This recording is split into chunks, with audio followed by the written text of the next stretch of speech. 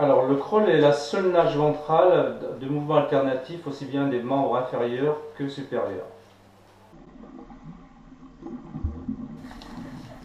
Alors, on remarque chez ce nageur débutant une attaque de l'eau doigt écarté avec une traction à moitié correcte, mais sans pousser.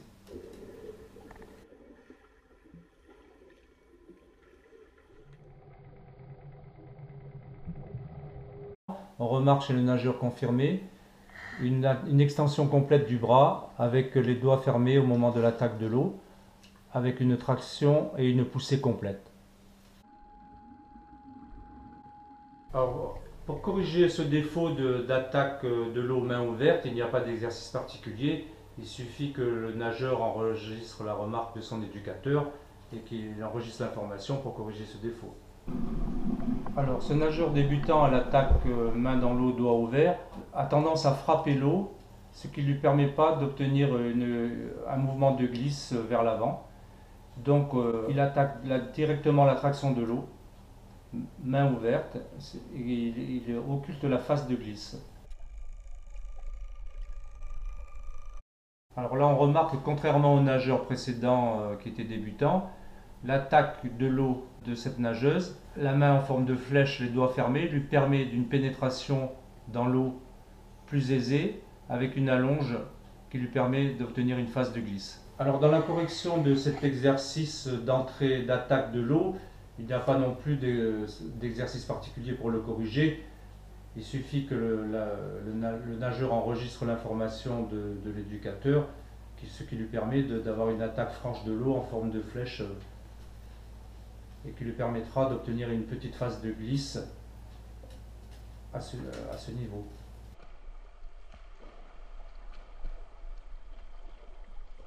Alors on remarque chez ce nageur débutant une nage légèrement saccadée, mais avec une prise de respiration tous les 8 ans, qui est typique vraiment du nageur débutant.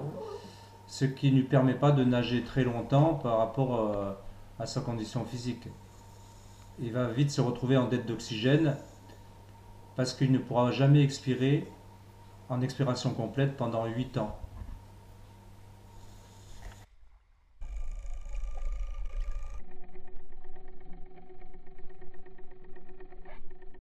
Alors le confirmé en revanche, là nous voyons une nageuse qui respire tous les 3 temps, qui lui permet de nager beaucoup plus longtemps parce que aussi pour la connaissance qu'elle a de ses possibilités par rapport à son entraînement. Alors cet exercice de battement de jambes avec prise de planche à 2 mains est un exercice essentiellement pour travailler les battements de jambes, surtout pour les nageurs confirmés, mais pour le nageur débutant, c'est un exercice qui permet de se concentrer sur l'inspiration et l'expiration complète sous l'eau.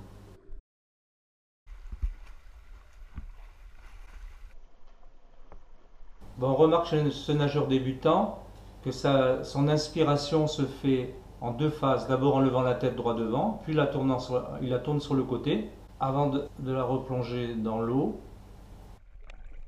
Alors à contrario, chez la nageuse confirmée, il n'y a pas de mouvement parasite en levant la tête hors de l'eau, c'est juste un léger pivotement sur le côté qui lui permet de prendre son inspiration. L'intérêt du matériel en natation, je prends l'exemple d'une planche par exemple, permet aux nageurs débutants de se concentrer sur par exemple sa respiration. Cet exercice permet de se concentrer sur l'expiration complète sous l'eau avec reprise de la respiration en tournant la tête et de garder une oreille au contact de l'eau. Étant donné que le nageur a appui sur une planche, ça lui permet exactement de se concentrer sur ces 2 gestes. L'attraction du bras sous l'eau et la prise de respiration avec une oreille au contact de l'eau.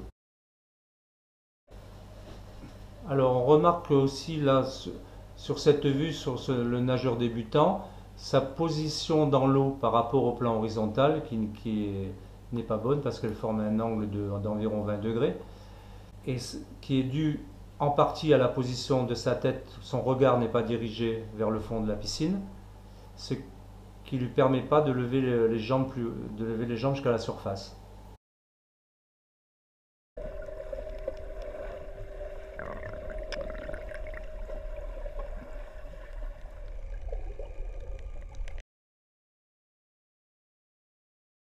La nageuse confirmée, quant à elle, on remarque qu'elle est parfaitement sur un plan horizontal par rapport à la surface de l'eau. On remarque que son regard est dirigé différemment du nageur débutant. Son regard est dirigé vers le fond du bassin, ce qui lui permet d'avoir une position horizontale sur l'eau. En conclusion, chez le nageur débutant, sa pénétration dans l'eau n'est pas bonne. Il manque d'hydrodynamisme par rapport à la nageuse confirmée qui a une meilleure pénétration dans l'eau grâce à sa position horizontale. Un des plus gros défauts de ce débutant, c'est son battement de jambes, où elles ne sont pas du tout en extension. On remarque que ses talons ont tendance à se rapprocher de son fessier. Donc c'est à moitié un petit pédalage, moitié battement de jambes. Le moyen pour lui de corriger ce défaut, c'est surtout un exercice avec planche, tenue à deux mains, bras en extension, et qui se concentre essentiellement sur son battement de jambes, en pensant à garder ses pieds à la surface de l'eau. Il faut qu'il sente qu'il éclabousse l'eau en battement de jambes. Et la position de sa tête dans l'eau va l'aider à faire monter les jambes. Il faut que son regard soit dirigé vers le bas. À partir du moment où il sortira la tête de l'eau, il aura un peu plus de mal à garder ses jambes en surface. Alors, on remarque aussi visuellement chez ce nageur débutant, dans l'ensemble, il a une nage saccadée, très esthétique et pas très efficace, avec énormément de mouvements parasites qui lui fait consommer énormément d'oxygène.